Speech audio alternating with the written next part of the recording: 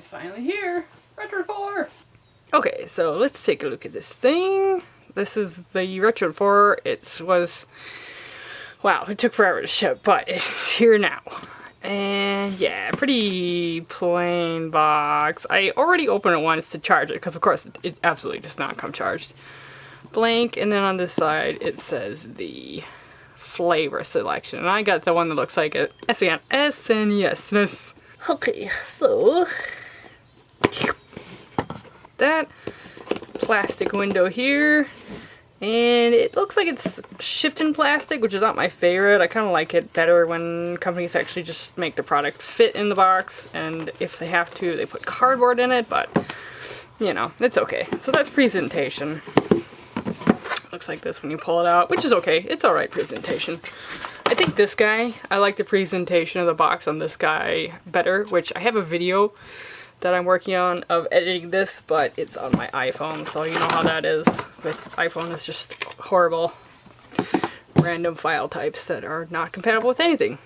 You get a little user manual, which I don't think is particularly useful. I mean, really, to set it up, you're going to want to watch a YouTube video.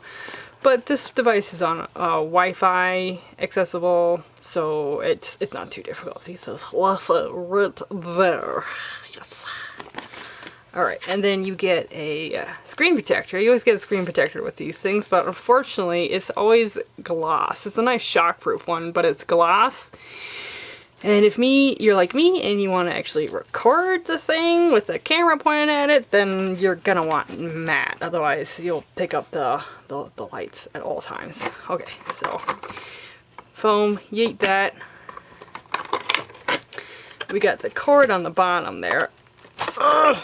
See the cord. It is a Type-C, which is nice that things are actually starting to become Type-C. This guy's also a Type-C, which is nice. This is the Anbernic 353PS, and this is a Retroid 4. Wow, look at that! So this is of course the model that looks like an SNES, and yeah, you can see how ridiculously glossy the screen is that comes with it. So I'm gonna put a screen I have spare that probably won't fit perfectly, but we're gonna make it fit. So then you won't have to look at me.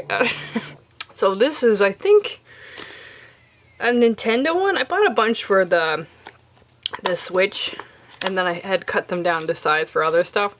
So I did order the correct screen for this thing, but we're just gonna make this work.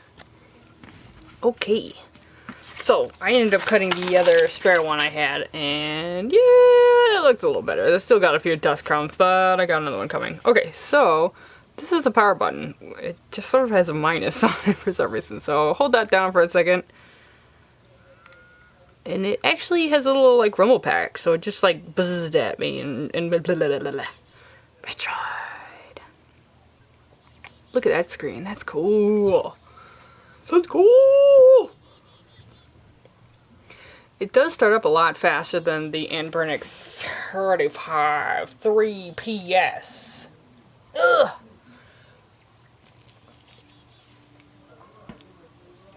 And I like the screen. It's a lot less janky feeling than the Anbernic too. I like the Anbernic a lot, but it's a bit janky. Welcome to the Retroid Pocket 4. You will like it. Let's get started. Very confident of you. I know I like it actually. I already watched a lot of videos.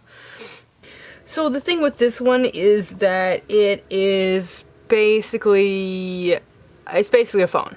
So what you have here is basically a phone. So you use the phone version of the Android-based version of these normal emulators. You install them through the Google Store, and then that's it. You don't really have to mess around with BIOS or anything. It's all pre-configured with the controls. And yeah, so it should be just pretty much lock and load. I need to look up which one of these I want to add. Okay, so there's a lot of stuff you could potentially install on this, but you can do that later on. This is just a pre-install, so I'm going to pre-install DuckStation and RetroArch. RetroArch is what's running on my Anbernic, so I know it works for pretty much everything, but mostly I'm going to use the Anbernic for the older games, and this is pretty much going to be my dedicated PlayStation 2. Select launcher. This is the one most people go with. So this looks more like a Nintendo Switch style layout versus the sort of Android layout. Let's go with that one. Complete. Let's go.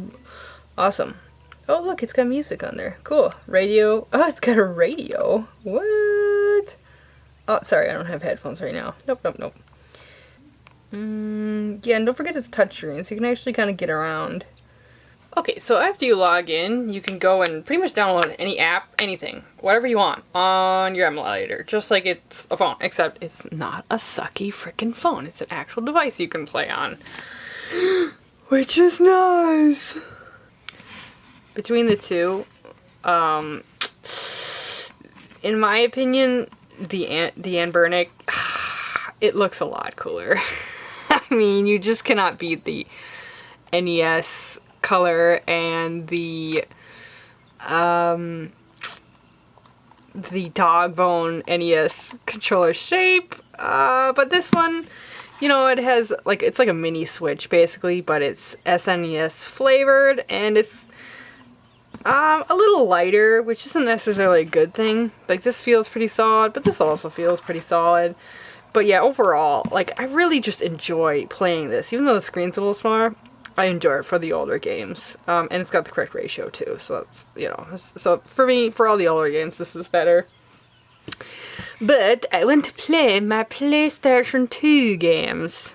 There is one more thing. I think it's good to make sure that you're actually running the, like, latest version. Check update. Check update! No update. Okay.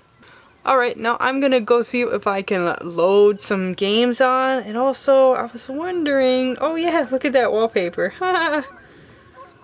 Nice. So I'm gonna go put a silly picture on a card and see what I can do. I mean, realistically, you could get all your ROMs and download them here, but I already have like everything I need for Ducky Station on my regular computer, courtesy of my brother, who is good at computers.